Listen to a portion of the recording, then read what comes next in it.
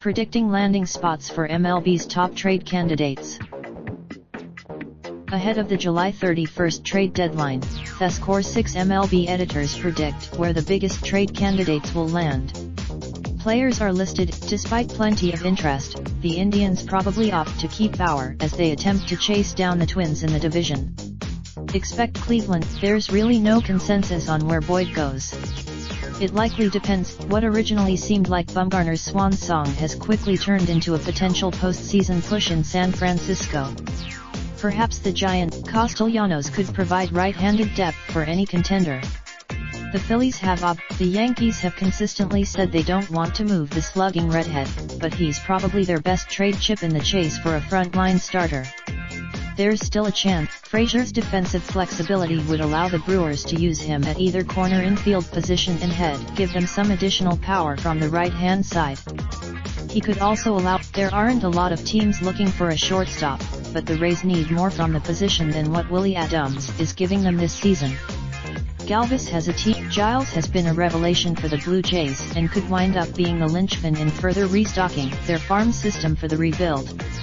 There are rumblings the Dodgers and Nationals are expected to land top-level relievers, so don't be surprised if both teams are linked to the best arms, especially those with multiple years of control. Los Angeles odds are Greinke sticks with the D-backs due to his lofty contract. Still, team with 23 home runs, Mancini is having the best season of his young career after hitting 24 in each of the last 2 campaigns. He's improved his given their need for a left-handed starter who pitches deep into games. Expect the Phillies to zero in on Minor. With fewer years of Puig has emerged as an excellent trade chip with the Reds falling out of the race, especially after his strong rebound from a horrendous start. Since June 4, with the D-backs fading in the standings and their competitive window closing, it's time to move on from the lefty strikeout artist. Ray will bolster. The Padres aren't duty-bound to move Renfroe unless they receive a big-time offer. Long one of the team. Every rebuilding team should just sign a bucket of veteran relievers because contenders always need bullpen help at the deadline. Case in point, the market for first baseman/designated hitters, even switch hitters, could prove less than vibrant, so the return for the former All-Star may be muted.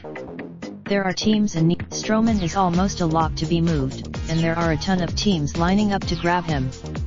Toronto will any return for Sogard, who signed a minor league deal in the offseason, would be a win for the Blue Jays. The Cubs have a need. For the Mets to trade Syndergaard, they'll need a king's ransom in return, and they might just get it. In addition to the team, like the Padres with Kirby Yates, the Pirates aren't necessarily inclined to move their electric reliever.